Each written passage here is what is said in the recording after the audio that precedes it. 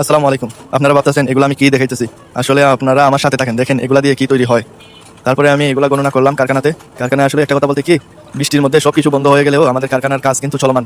কারখানায় তারপরে এগুলা গণনা করলাম খুব সুন্দর করে গণনা করে নিয়ে গেলাম রিক্সা দিয়ে, দেখেন কি পরিমাণ পানি। আর রিক্সাওয়ালা মামা আমার সাথে কি কথা বলছেন। বন্ধুর বন্যা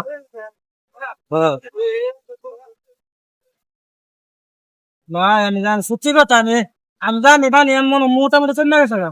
এই পানি জানলো ভাই আমার 5,000 চলে মাইলাম দেখছি একটা ধরা খাইলাম ভাই অনেক আল্লাহ যদি যা করেন তারও পানি লাগলে যারা দিলে বুঝলে ইচ্ছা লাগে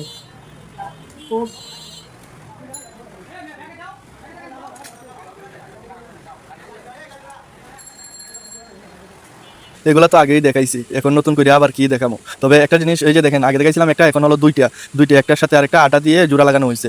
তারপরে এগুলারে ওই রকম ভাবে সুন্দর করে কালারফুল রঙিন কাপড় দেওয়া হবে। কাপড় দেওয়ার পরে এগুলার মধ্যে ভিতরে কাগজ দেওয়া হবে। কাগজ দেওয়ার পরে দেখেন আরেকটা দেখা যায় যে একটা, এগুলো হলো কাগজ দেওয়া, তারপরে ফুম দেওয়া হবে, কালারফুল ফুম, তারপরে এগুলো আংটি দেওয়া হবে।